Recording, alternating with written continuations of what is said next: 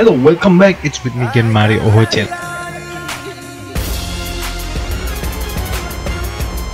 Semoga kabar kalian as always luar biasa, super sangat baik. Oke, di sini lagi ada pembahasan yang sangat penting, yaitu dari Omnibus Law. Omnibus Law kenapa sih bikin pusing? Tanggal 5 Oktober Senin disahkan Omnibus Law. Sebenarnya Omnibus Law tuh nggak semuanya buruk. Omnibus Law itu adalah sekelompok law atau undang-undang yang disahkan, banyak sih isinya.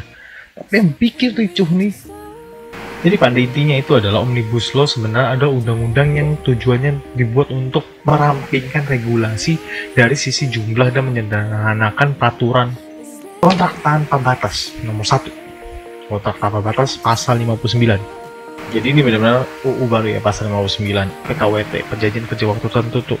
Sebelumnya UU ini dia dapat diadakan paling lama 2 tahun. Jadi ibaratnya lu kalau bisa kerja kontrak paling lama itu 2 tahun. Dan jika perusahaan mau melakukannya lagi atau memperpanjang cuma boleh 1 kali, yaitu selama 1 tahun. Jadi maksimal lu dikontrak di perusahaan 3 tahun. Setelah itu perusahaan harus menentukan apakah lu di-hire atau enggak sebagai pekerja tetap. Di sini enggak ada, dihilangkan, berarti hilangkan. Lalu pasal 79 hari libur dipangkas, boy. Diberikan wajib. Ini wajib ya, waktu wajib istirahat itu cuma 1 hari dalam seminggu. Wah. Jadi benar-benar bisa kerja 6 hari dalam 1 minggu. Jadi benar-benar wajibin pemerintah cuma 1 hari. Jika mau 2 hari, ya lo harus request ataupun memang diberikan langsung oleh perusahaannya. Juga menghapus kewajiban perusahaan memberikan waktu libur istirahat panjang 2 bulan jika mereka sudah bekerja selama 6 tahun berturut-turut, 6 tahun, dan berlaku tiap kelipatan masa kerja 6 tahun. Jadi setiap 6 tahun lu harus dikasih cuti atau istirahat selama 2 bulan. Itu dihapuskan, jadi lu nggak diwajibkan atau nggak akan dapat hak untuk libur selama 2 bulan jika lu udah kerja di perusahaan tersebut 6 tahun dan berlaku kelipatan, itu udah nggak ada lagi. Jadi di pasal 79 juga hanya mengatur cuti paling sedikit 12 hari kerja dalam setahun, paling sedikit, dibilang paling sedikit. Dan pelaksanaan cuti tahunan bagi kita orang para pekerja atau para karyawan itu semua diatur dalam perjanjian kerja, peraturan perusahaan dan perjanjian kerja bersama. Jadi pada saat lu sign di situ lu benar-benar akan ditulis cuti tahunan itu apa aja dan nggak akan mengikuti negara lagi. Jika perusahaan mau provide cutinya sesuai dengan hari libur biasanya ya silahkan, tapi ini nggak diwajibkan. Nah, kita masuk ke nomor 3, aturan pengupahan diganti. Itu di pasal 88. Ini ada yang menarik juga, salah satunya dari gua ambil juga yang gua pelajari di pasal 88 ini adalah upah ditetapkan oleh dua hal, satuan waktu dan atau satuan hasil. Jadi lu bisa digaji oleh 2 hal ini. Jadi maksimalnya adalah berapa waktu, jika lu kerja per hari itu berapa, dan lu punya variabel kedua yaitu adalah satuan hasil. Hasilnya apa? Resultnya apa?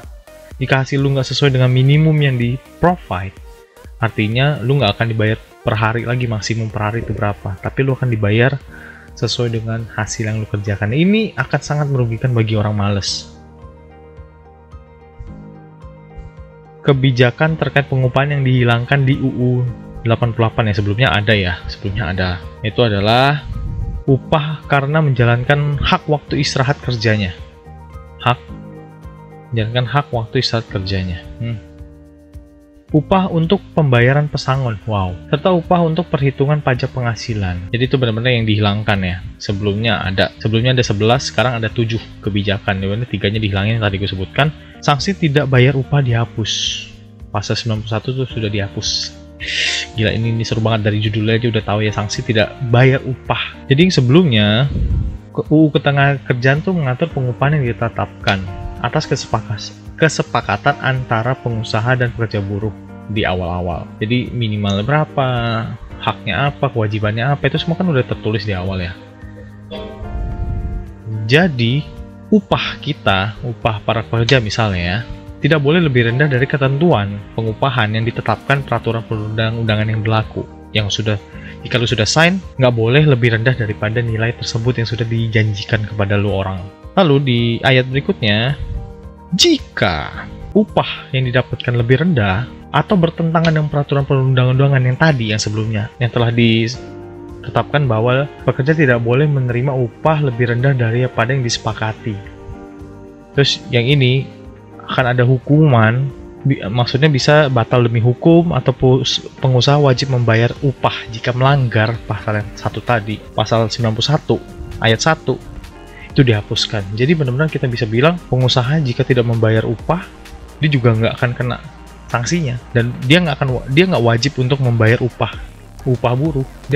Jika dia nggak bayar dan dia juga kena sanksi, dia nggak wajib bayar full upah buruh yang sebelumnya sudah ditetapkan. Jika lu melanggar, pengusaha harus bayar upah. Di sini jika pengusaha melanggar, pengusaha nggak wajib bayar upah. Dan di sini kesepakatan bisa batal demi hukum sekarang udah nggak ada lagi.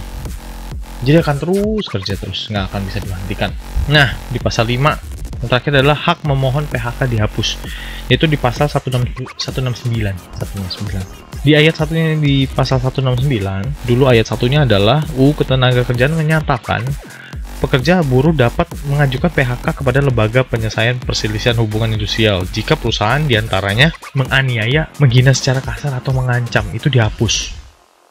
Jadi lu nggak bisa ngajuin PHK ke lembaga, udah. Jadi kalau misal lu dihina, dianiaya atau diancam, lu nggak bisa minta di PHK kan diri lu sendiri, tuh udah nggak bisa lagi. Nah, pengajuan PHK juga bisa dilakukan jika perusahaan tidak membayar upah tepat waktu selama 3 bulan berturut-turut atau lebih. Ketentuan itu diikuti ayat 2 yang menyatakan pekerja akan mendapatkan uang pesangon 2 kali, uang penghargaan masa kerja 1 kali, dan uang penggantian hak sebagaimana diatur di pasal 156.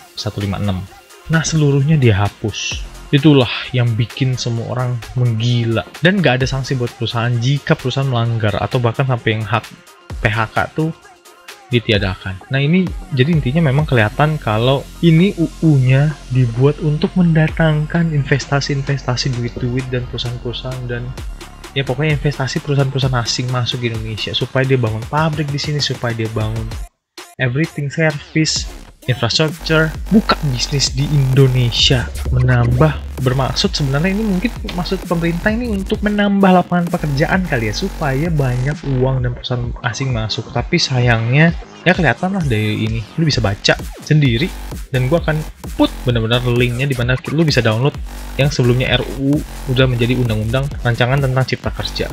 Linknya bisa di download di sini. So thank you for watching, see you on next video. Semangat terus, dan semoga perusahaan-perusahaan di luar sana banyak yang berbaik hati dan punya moral sendiri ya, walaupun tidak ditentukan oleh pemerintah, tapi berbuat baiklah sendiri. Betul para pengusaha, please punya moral. Bye bye.